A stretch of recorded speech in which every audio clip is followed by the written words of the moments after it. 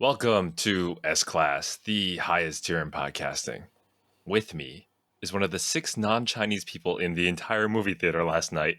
It's Robert. And of course, with me is one of the 73 Asian people that were in the theater, Justin. I'm pretty sure those Asian people were exclusively Chinese, and I was like the 7th whitest person in that room last night. Like, almost definitely. So, just for context, Rob and I went to go see the first Slam Dunk movie yesterday. And hilariously, like, it was like 20 people initially. It was like me, Rob, and like 18 Chinese people. And I could hear like the Cantonese and the Mandarin flowing through the air. And we're like, okay, interesting. And as the trailers went on, it just became like 69 other Chinese people. And me, Rob, and like a few other people that were not Chinese, like blatantly. I feel like you're not making it clear that you are, in fact, Chinese. In that room last night, I did not feel Chinese. I was like, this is strange. Rob was like whispering in my ears, is this how it feels like for you all the time? It was very, very shocking. Yeah, it was strange because like these folks were like, we don't care one way or the other, but like it was just bizarre because like we're in the middle of like very Caucasian neighborhood in the middle of Long Island, and these people are like not American born Chinese. They're like straight off of the boat, it felt like. And I was like, that's strange. Also, very strange that they love Slam Dunk so much. Like, a couple of people came in with their Sakuragi jerseys. Yeah, it was awesome. It was really cool. I did not realize that Chinese people loved Slam Dunk that much. And then I did a little bit of research last night, and it said on the first day of its release in China, 2.9 million people watched the movie, and it surpassed 10 million viewers in 4 days. That's insanity. What? Has this always been the case? Is there any data on volume sales? I'm not sure about volume sales, or I didn't look at it, but I think it said that this came from all the folks that born in like the 80s when NBA craze was happening, like when the Michael Jordan Dream Team. So all those kids or young adults were reading Slam Dunk at the time that the Dream Team came out, and then now they came out of the woodwork to watch this Slam Dunk because they love the series so much. I mean, that makes a ton of sense because it was an older crowd too. Like they looked like most of the people were in their probably late 30s, early 40s, older than us even. I feel like we were the only people there that were there because we're weebs, not because we just love Slam Dunk. We also love Slam Dunk. I just mean, you know what I mean. I mean, Chinese people can be weebs, right? I don't know, but more so it seemed like this was a crowd that like grew up with Slam Dunk. It felt something from the heart. Like, I'm not that it's not from our heart, but like this was like very personal to them. It was just very unexpected because normally we go see an anime movie and it's filled with other sweaty white people like me. It was a first for both of us. But with all that said, Robert, let's dive in to our review of the first Slam Dunk. I still don't really understand the title because there have been several Slam Dunks before this throughout the series, and the movie has like 8 Slam Dunks in it. And none of them are like huge, massive, like, oh my god, this is the game-changing Slam Dunk. I was thinking that as well. And then I did some research on the production. And did you know that Inouye actually directed and scripted the whole film? That's not surprising to me. I mean, I feel like he wouldn't have gotten his approval otherwise. I feel like he had to be fully involved in this. That's why it's taken so long to make a Slam Dunk movie like this. Yeah, so I actually read the story of the history of it. It's pretty wild. So Toei reached out to Inouye back in 2003 and he's like rejected them. He's like, nah, don't touch my stuff. And then he reached back out to them 6 years later saying that he was interested. So they started developing a prototype for the 3D animation that took them 5 years. And then it was still in the works, so they made another prototype. And apparently the second prototype cost nearly the same budget as the entire film cost, and he rejected it. Because he's like, it wasn't after they had already spent the money on it? Right. Mm-hmm. Yikes. And then they finally made the third prototype, which ended up being used for the film. And then he started writing and directing it in 2015. So it's been like a 7-year-long process for them to get this film out. And 20 years of them wanting to make it, right? You said 2003? Exactly, yeah, because the anime was such a success. And then apparently, going back to your original point, the first Slam Dunk is because he wanted to create a new perspective for viewers. So it's like their first time viewing Slam Dunk, even though it's obviously not anyone in that theater's first time viewing Slam Dunk. Nor do I think it could be your first time viewing Slam Dunk or engaging with Slam Dunk. It was a great movie as a Slam Dunk fan, but I'm not sure how well it works as somebody that's not familiar with Slam Dunk. Oh, totally. I mean, it was exciting, but like totally out of context. You have no idea who these people are. You're like, oh, that red hair guy's funny. That black hair guy doesn't have any emotions.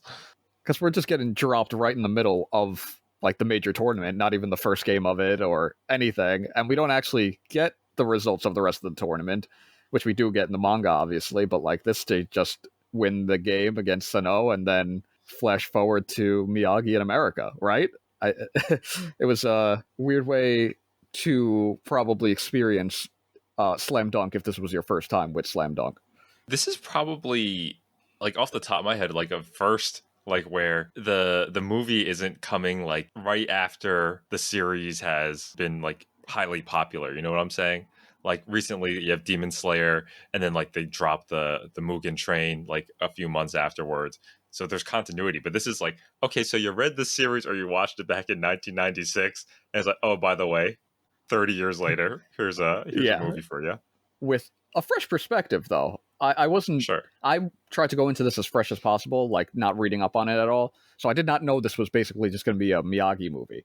And that was really fascinating throughout because I thought at some point they were just going to like tell the story of everybody in the starting five, like give each of them some background, but then it just ended up being straight up Miyagi. And once again, if you didn't know better, you would think this was definitely the main character of the series as a whole. Hence the first Slam Dunk, right? Like a totally new spin on it. But Miyagi doesn't dunk. That's a great point. Miyagi can't even dunk. Like, I feel like it's called Slam Dunk because of Sakuragi, right? That's why it's called Slam Dunk. When you put it that way, then it does seem a little bit, that doesn't quite make sense. It's almost like it should be the first pass. But, you know, I the first pass, right? Or the first, like, crossover. But I think we're being silly, right? Because it was really, really fun. Like, we really enjoyed the movie. I think it's not even nitpicking. I think we're just having fun with it. Yeah, we don't care about that. But I actually knew going into it that Miyagi was going to be the main character. I sort of wish I didn't at this point. But the thing that caught me off guard was I don't think either of us knew it was going to be about the Sano match. And going into it, there's still some hope in me that it wasn't going to be like, I was like, oh, they're just recapping the final match. Yeah. Like, because they went through like the first half pretty quickly. Right. Exactly. Yeah. The first half was only probably the first 25, 30 minutes of the movie. So I thought, oh, okay, maybe we're going to get some like after Sano perspective. Yeah. It's like, oh man, I wonder what they're going to do with the final hour of this film since they were going to recap it in the first 30 minutes. And I was like, oh, no, they're doing this full Sano. And I was like, okay, I can respect that because it's never been animated before. And I'm sure it's probably been like a dream of his to have his series officially completed in some way. Right. And the Sano match is the apex of the series. But it left me wanting more. No, I know. I really, really enjoyed it. And it just made me wish, like, oh my God, now I want the story after this. Like, please just finally give us the story after this. And we know he's not going to draw it because he's got so many other things going on manga-wise. But, like, make another movie like this. This was a lot of fun. There was a lot of original content with Miyagi. You can dive further into all of their now post-high school careers. Yeah, we'll get this movie when we're 55 years old. It'll be great. We very well might. I guess and we'll go and see it. I guess the inherent problem with that is like you have your third years, so Akagi's gonna be just Akagi and Glasses-kun will be gone. So it's like, do you follow the team of four with Akagi in college, or do you have some sort of reunited match in the future, or like an all-star game, right, where you just have the best players forming an all-star team? And then I think you do like an all Japan thing. Yeah, right, but you just said you wanted something new, and that's gonna.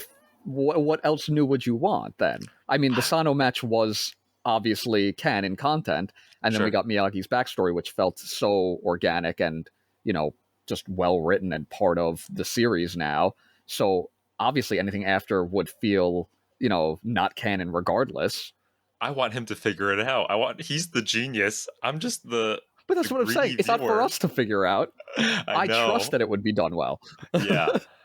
Speaking of the Miyagi parts again, did you notice the intersections with the Pierce one-shot? Yes, I did. Absolutely, yeah. Especially seeing him constantly going back to the ocean cave, you know, hangout spot. Yeah. I thought that was really cool, and it was clearly something that Inoue always wanted to do a little more with. I mean, he clearly favors Miyagi as a character. Why would you say that? That's interesting. What do you mean? I mean, he just obviously he had the one shot, which was, Miyagi based. Yeah. Then we have the first slam dunk movie where Miyagi is the main character. Oh, I thought you meant just based on the series itself. Besides this, that you thought that you were getting that vibe from the slam dunk series. Well, I feel like it needs to be, looked at as a sum of all of its parts. This is 30 years later, where a series where Sakuragi was obviously the focal point of the series and Rukawa was the deuteragonist, and it felt like Rukawa wasn't even really in this movie. He felt like the last of everyone in this. He was the fifth most important character, right? And when you think about it, everything that happens to Rukawa after the Sano match went to Miyagi instead, right? Going to America. Oh, yeah.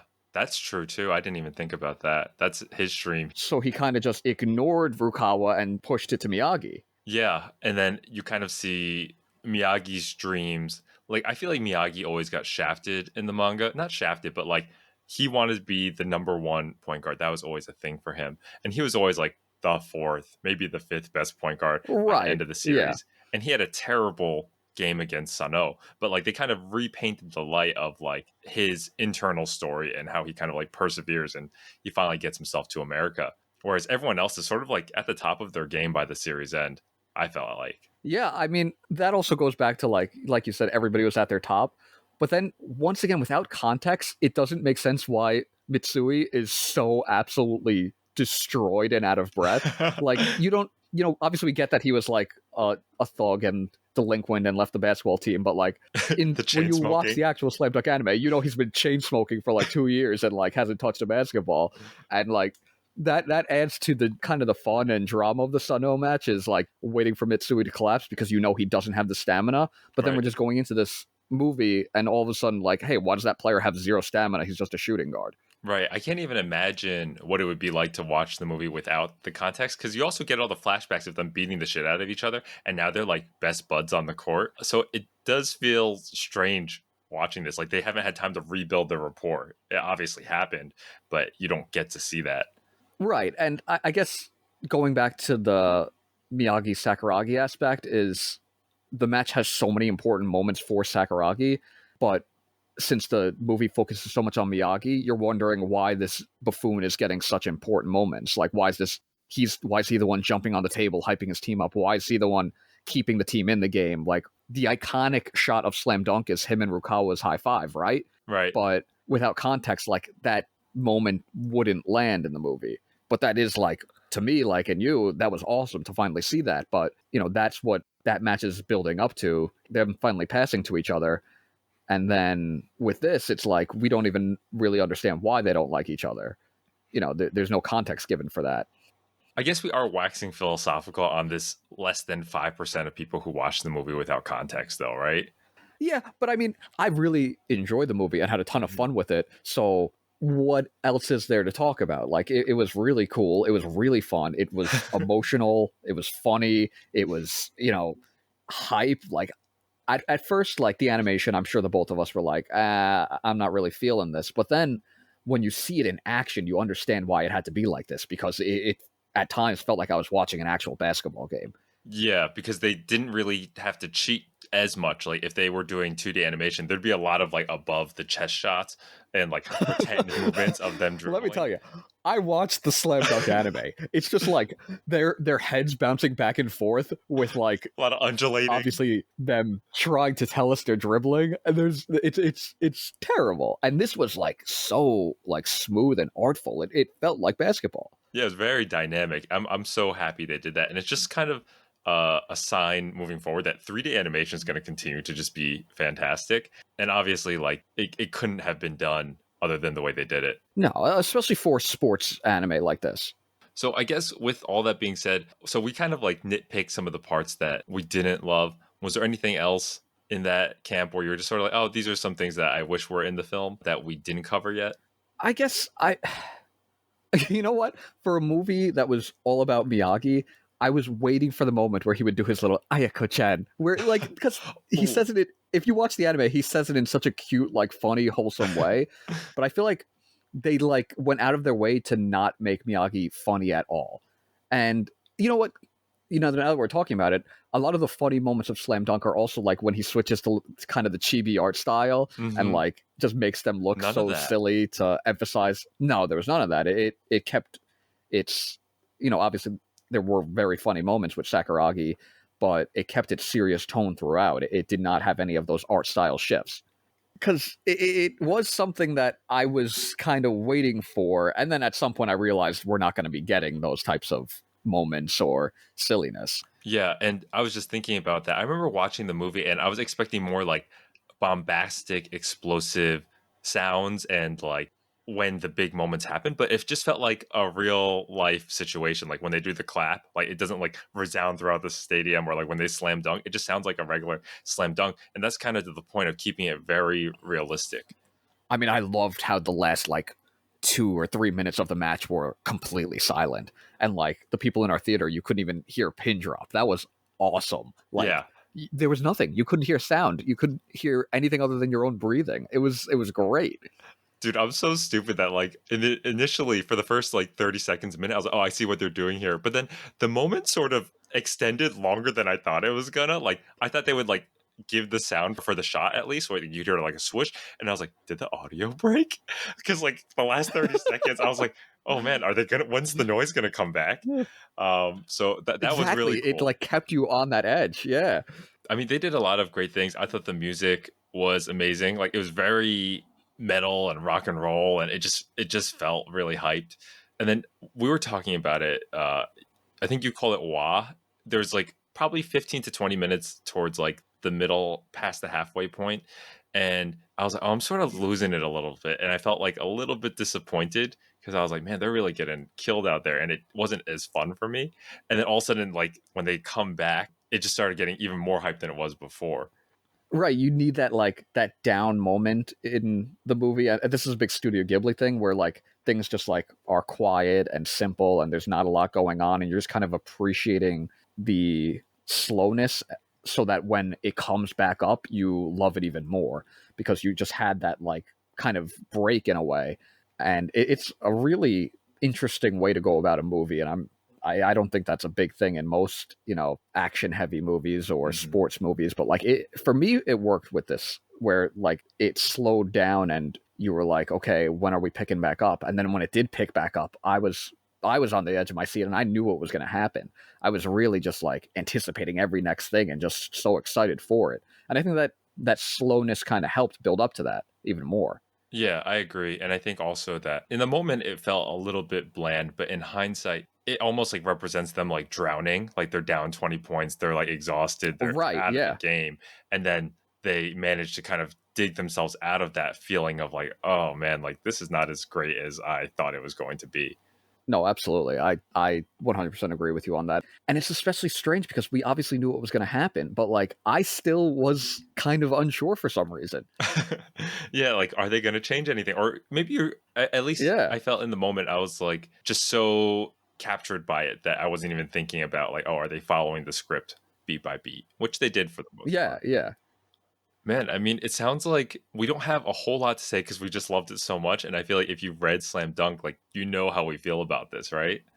Yeah, I mean, as a Slam Dunk movie as a anime of adaptation of the Sano match, it was perfect, right? I mean, I can't imagine anything you'd want more as an adaptation.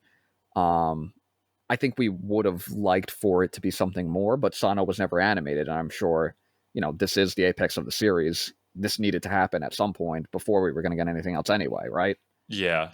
I will say it wasn't perfect because they didn't have Jun cutting daikon radishes on the court and getting escorted out by security. But besides that, it was pretty perfect. As perfect as a movie can get. Yeah, what would you say? I think you're more familiar with everything than I am. What would you say they deviated from the most? I think there was only 3 deviations besides all the Miyagi bits, of course. Jun not cutting radishes, which really was, and it was an important moment for me in the manga because it really emulated like the brotherhood that Jun and Akagi had over the course of like the very first real match in Slam Dunk is between them two. And then it surpasses the rivalry where they become friends. There's the moment because Rukawa was like the 5th most important character, it doesn't flash back to him playing one-on-one against Sendo where Sendo is the one who kind of teaches him that he needs to pass. And also Sendo was like, oh, I was the best player in middle school except for that Kitasawa guy. And he's like, it's Sawakita, you fucking dumbass. Like, he figures it out like a couple, like halfway through the match. So those were the two moments. And there's like a minor thing where Kawada shoots a 3, which he doesn't make the 3 in the series. So the 3 most minor of things to squeeze out of the movie just to keep it on track.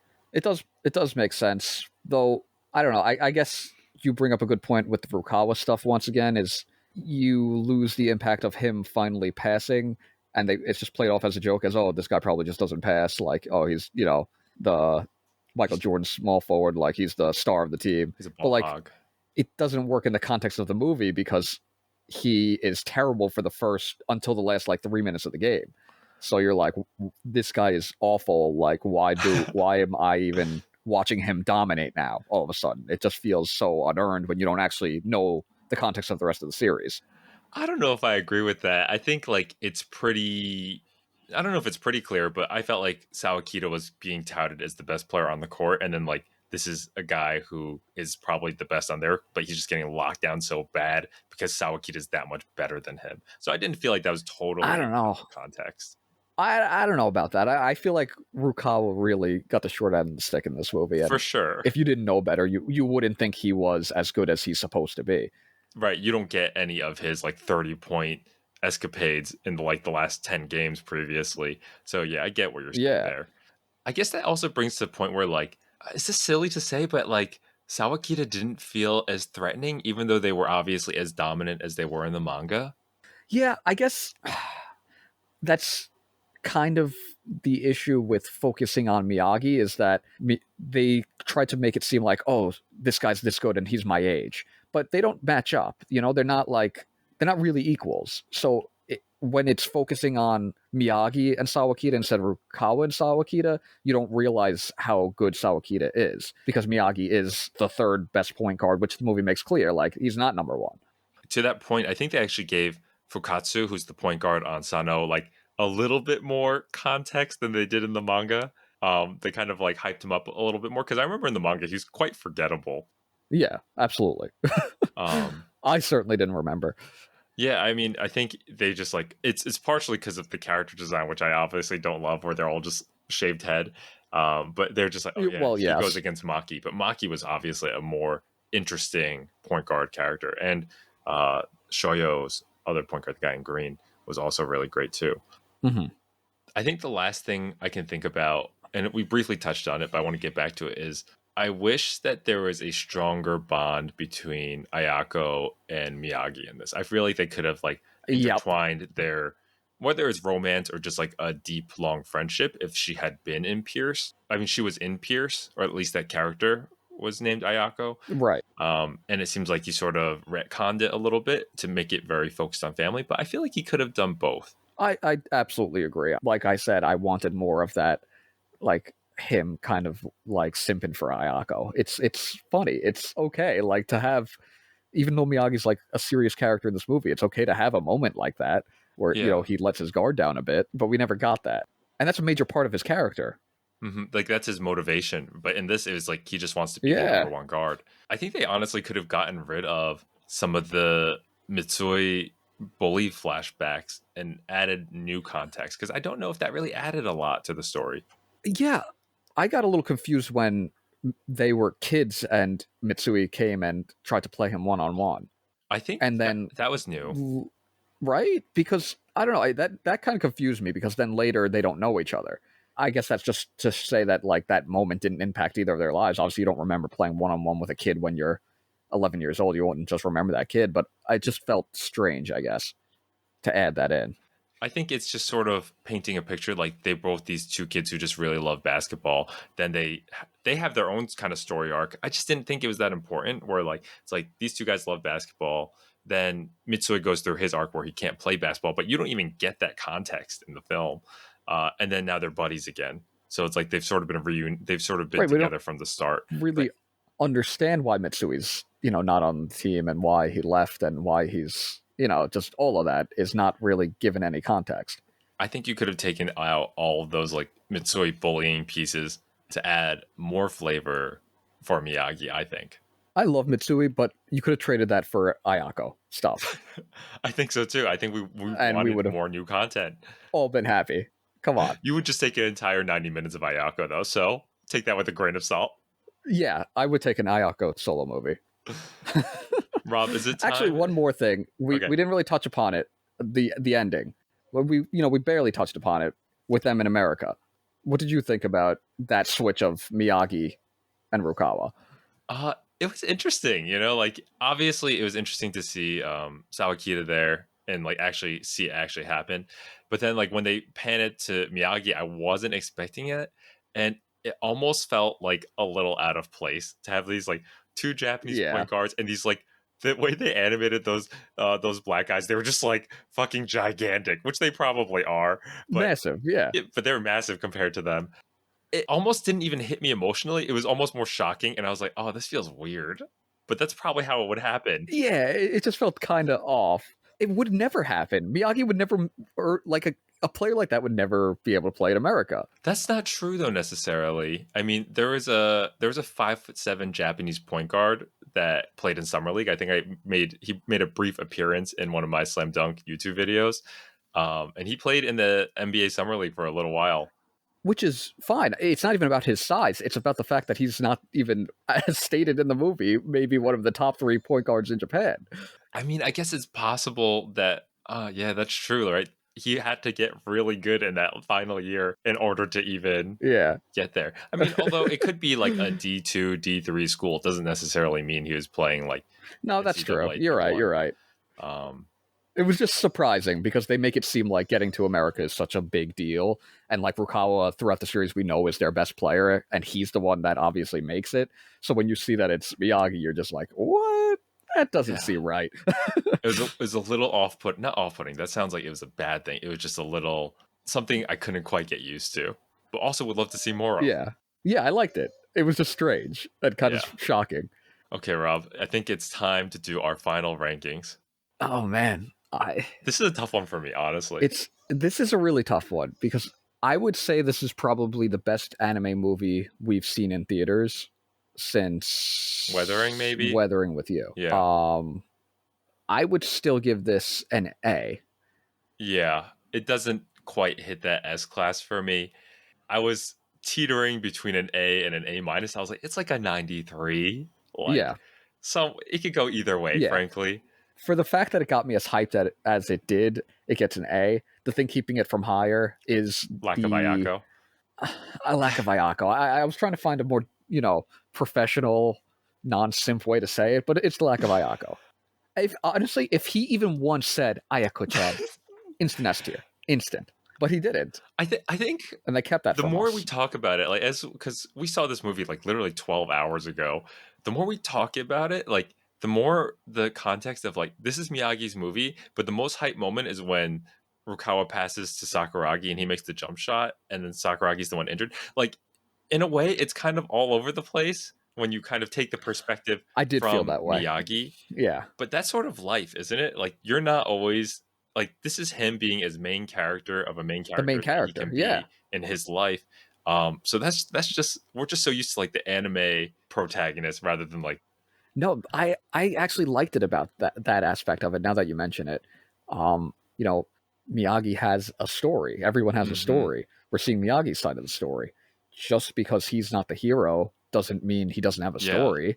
And it was a really interesting, deep, wonderful, well-orchestrated story. Yeah, and it makes you want an individual piece on each of these characters, right? Like that's what I was saying. Yeah, that's how I thought the movie was going to go. Right. But I appreciate that it was focused on one. Yeah, and it's like in the series, each of these characters is a basketball player. That's kind of the extent that you get. But there's obviously like more structure to each of them. They've lived a full 15 to 18 years of their life already. And this kind of painted Miyagi as a real human for the first time. One last thing I wanted to call out. First of all, the movie was hilarious. Like, I think there was like audible laughter throughout the theater at least like half a dozen times. But one of my favorite moments was when Miyagi and Rukawa were talking before the game. He's like, "Yeah, we're gonna get them." He's like, "I think this is the first time we've ever talked." And I was thinking, I was like, "Wow, this is so true." They like didn't talk throughout the entire. Was that moment in the manga? No, it wasn't. That moment was not in the Which manga, makes it right? even more funny. Like in hindsight, he's thinking about his own writing. That's why I was like, I thought that was hysterical. Yeah, that was funny. Hilarious. Yeah. Any parting words, Rob, about this movie? I thought it was great. I had a lot of fun with it. It was the most fun I've had watching, probably the most fun I've had watching an anime this year. I only have positive things to say other than wanting more Ayako-chan. Yeah, I think it was a great experience. I think I'm also it's a little bittersweet for me because this might be the last piece of slam dunk content ever created, if you think about it. Oh, that's heartbreaking. I really wish you didn't say that, but you're right. It's possible, but it's sort of like such an amazing way that they finally made it happen and capping it off. But I mean, I hope there's more, but we'll keep our fingers crossed for the next 20, 30 years and see what happens. All right, tune into S-Class in 20 years for our review of the second Slam Dunk. The second. I hope that's what they call it. Awesome. Thanks, Rob. We'll catch you later.